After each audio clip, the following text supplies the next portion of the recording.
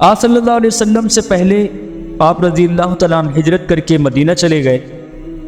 اور بڑی شان کے ساتھ ہجرت فرمائی۔ جب مکہ سے چلنے لگے کعبہ کا طواف کیا اور کفار کے مجمع کو مخاطب کر کے فرمایا کہ اس وقت میں ہجرت کر رہا ہوں، تم یہ نہ سمجھنا کہ عمر چھپ گیا یا بھاگ گیا۔ جس کو اپنی بیوی کا بیوہ کرانا ہو، بچوں کو یتیم کرانا منظور ہو، وہ اس وادی سے نکل کر مجھے روک کر دکھائے، مگر کس کی ہمت ہوتی وہ ان کے آڑے آ سکتا تھا۔ حضرت عمر فاروق رضی اللہ تعالیٰ عنہ جب ہجرت کر چکے، اس کے بعد جو ان کی سب سے بڑی خدمات تھی وہ تھی آپ صلی اللہ علیہ وسلم کے ساتھ غزوات میں شرکت۔ حضرت فاروق اعظم رضی اللہ تعالیٰ عنہ سے اس معاملے میں کون سبقت لے جا سکتا تھا؟ آپ صلی اللہ علیہ وسلم کے تمام غزوات میں شریک بھی رہے اور ہر غزوے میں بے مثال خدمات بھی سر انجام دی۔ سب سے پہلے غزوہ بدر میں سب سے بڑا کام یہ کیا کہ اپنے حقیقی ماموں عاص ابن ہشام کو میدان جنگ میں اپنے ہاتھوں سے قتل کیا۔ آپ صلی اللہ علیہ وسلم کے چچا حضرت عباس رضی اللہ تعالیٰ عنہ جو کافروں کے ساتھ میدان جنگ میں آئے تھے، وہ بھی اسیران بدر میں شامل تھے۔ لوگوں نے ان کے قتل کا ارادہ کیا، مگر رسول اللہ صلی اللہ علیہ وسلم کے مزاج مبارک کے خلاف دیکھ کر حضرت فاروق اعظم رضی اللہ تعالیٰ عنہ نے ان کی پرزور حمایت کی۔ حضرت عباس رضی اللہ تعالیٰ عنہ کے سوا تمام اسیران بدر کے بارے میں انہوں نے قتل کا مشورہ دیا اور کہا کہ ہر مسلمان اپنے اپنے عزیز کو اپنے ہاتھ سے قتل کرے۔ اگرچہ عمل ان کی رائے پر نہ ہوا،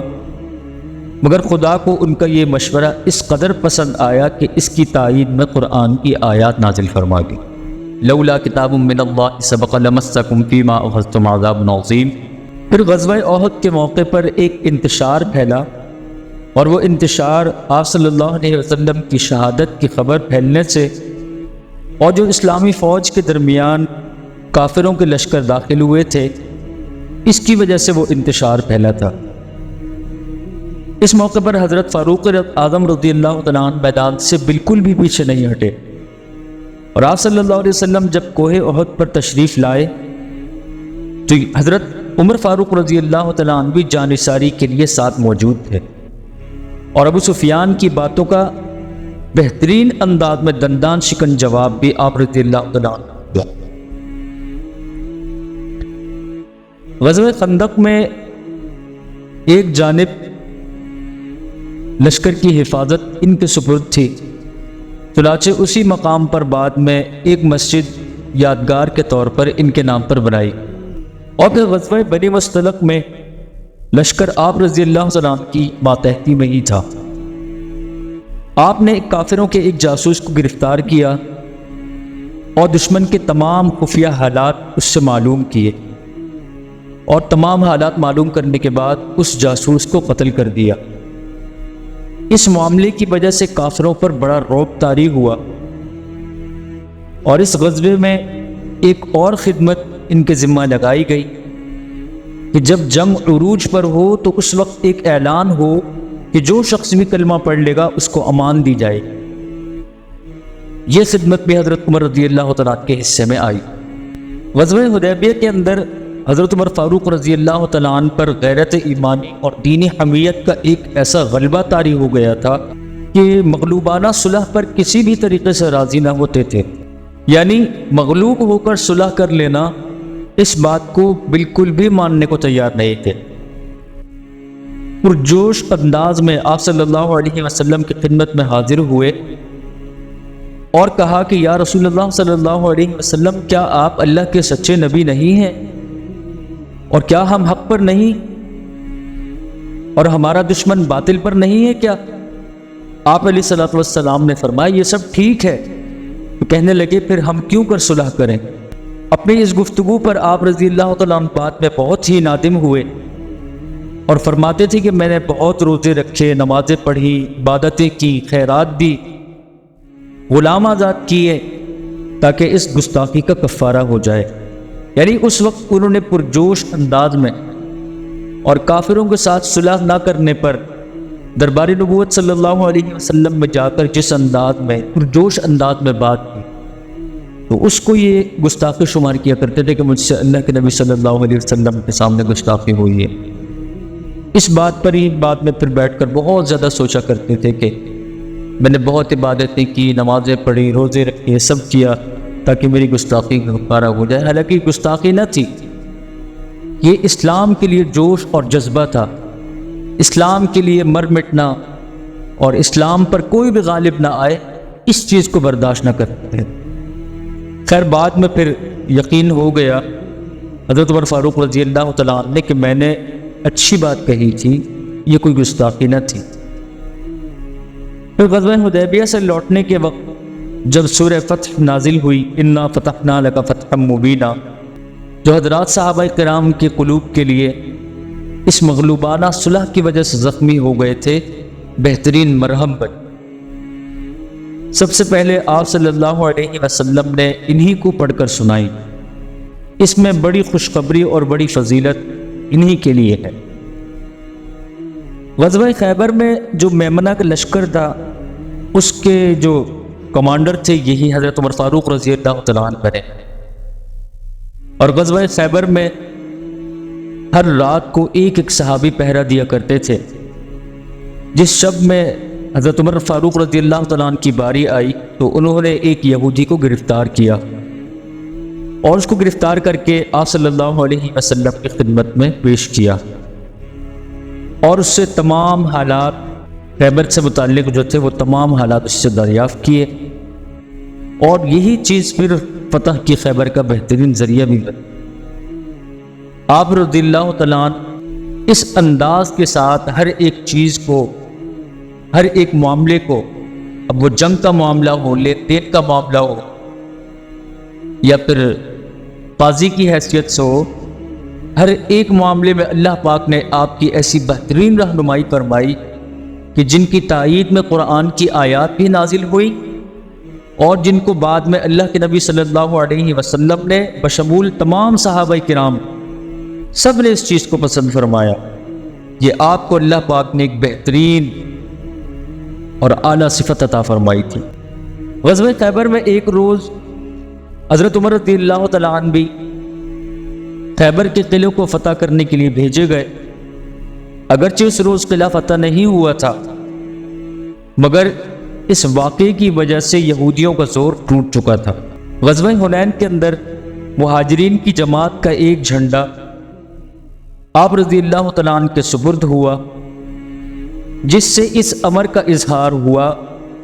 کہ مہاجرین کی جماعت کی سرداری آپ رضی اللہ تعالیٰ عنہ کو عطا فرمائی گئی ہے۔ آپ رضی اللہ تعالیٰ عنہ نے تمام غزوات میں جتنے بھی اللہ کے نبی صلی اللہ علیہ وسلم کے ساتھ رہ کر گزارے، ان تمام میں آپ نے کارہائے پسندیدہ کام کیے۔ سن 7 ہجری میں آپ صلی اللہ علیہ وسلم نے 30 سواروں کے دستے پر آپ رضی اللہ تعالیٰ عنہ کو ذمہ دار بنا کر، ان کا افسر بنا کر حوازن کی طرف روانہ فرمایا۔ فتح مکہ کے بعد حضرت عمر فاروق رضی اللہ تعالیٰ عنہ نے رسول اللہ صلی اللہ علیہ وسلم سے کعبہ میں اعتکاف کرنے یا عمرہ کرنے کی اجازت طلب کی۔ آپ علیہ الصلوۃ والسلام نے اجازت مرحمت فرمائی، اور اجازت مرحمت فرمانے کے ساتھ ایک کلمہ بھی نوازش فرمایا، اور وہ کلمہ خود حضرت عمر فاروق رضی اللہ تعالیٰ عنہ کہا کرتے تھے، اور اس کلمے سے متعلق کہتے تھے حضرت عمر فاروق رضی اللہ تعالیٰ عنہ، اگر مجھے اس کلمے کے عوض ساری دنیا بھی مل جائے میں جب بھی خوش نہ ہوگا۔ آخر وہ کلمہ تھا کیا؟ یعنی آپ صلی اللہ علیہ وسلم نے یہ کلمہ ارشاد فرمایا تھا، اے میرے بھائی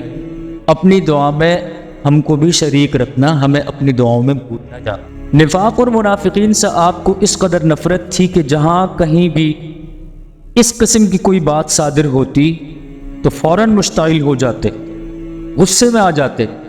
اور کہتے تھے کہ یا رسول اللہ صلی اللہ علیہ وسلم اجازت دیجیے میں اس منافق کی گردن مار دوں۔ اسی انداز کا ایک واقعہ کہ ایک مرتبہ ایک منافق کا ایک یہودی کے ساتھ جھگڑا ہو گیا، اور وہ دونوں فیصلے کے لیے ان کے پاس آ گئے۔ یہودی نے کہہ دیا اسی طرح کا ایک واقعہ کہ ایک مرتبہ ایک منافق کا اور ایک یہودی کا جھگڑا ہو گیا، اور وہ دونوں فیصلے کے لیے حضرت عمر فاروق رضی اللہ تعالیٰ عنہ کے پاس آ گئے۔ جب آئے تو اس کے بعد یہودی نے آپ رضی اللہ تعالیٰ عنہ کو کہہ دیا کہ اس معاملے کا فیصلہ تو ہم حضرت ابو القاسم صلی اللہ علیہ وسلم سے کروا چکے ہیں،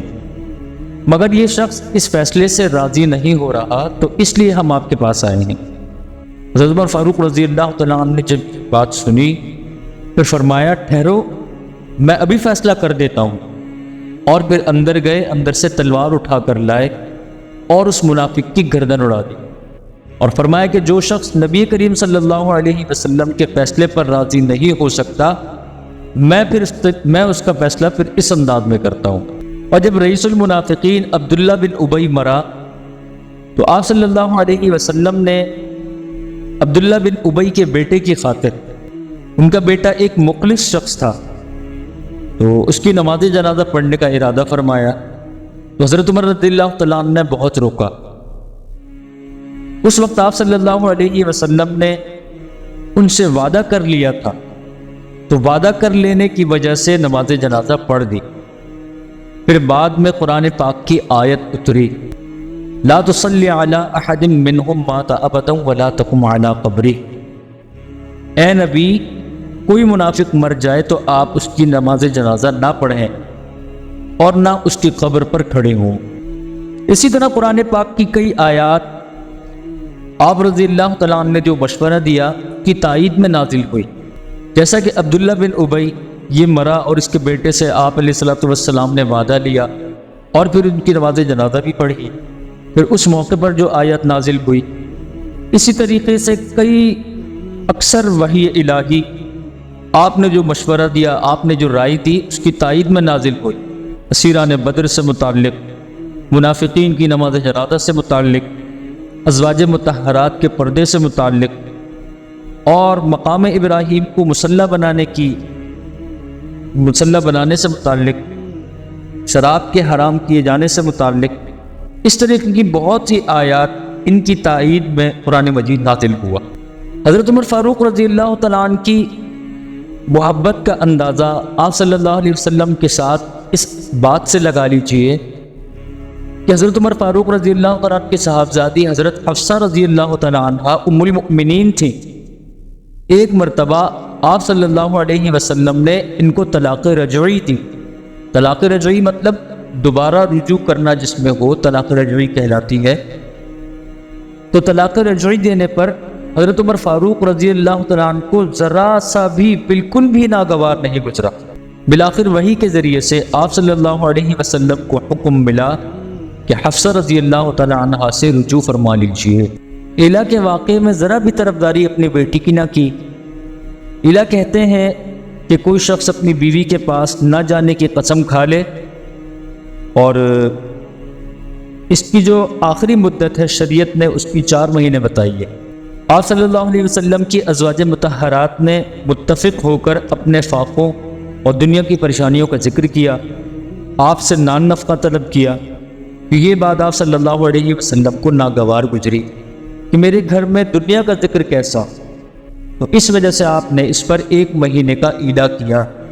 کہ میں 1 مہینے تک ان کے قریب نہیں جاؤں گا۔ تو ایلا یہ ہے کہ جب حضرت حفصہ رضی اللہ تعالیٰ عنہ کو آپ صلی اللہ علیہ وسلم نے 1 طلاق رجعی دی، اور اس کے بعد آپ کو اللہ کی طرف سے حکم ہوا کہ آپ حضرت حفصہ رضی اللہ تعالیٰ عنہ سے رجوع فرما لیجیے، تو اس دوران کہتے ہیں کہ حضرت عمر فاروق رضی اللہ تعالیٰ عنہ نے اس معاملے میں ذرا بھی طرفداری اپنی بیٹی کی نہ کی، بلکہ اپنی بیٹی سے صاف صاف کہہ دیا کہ اگر رسول اللہ صلی اللہ علیہ وسلم تم سے ناخوش رہے اور تمہیں طلاق دے دی تو یاد رکھنا تمہیں بھی میں اپنے گھر میں نہیں رکھوں گا۔ جب حضرت سیدنا صدیق اکبر رضی اللہ تعالیٰ عنہ کی خلافت کا وقت آیا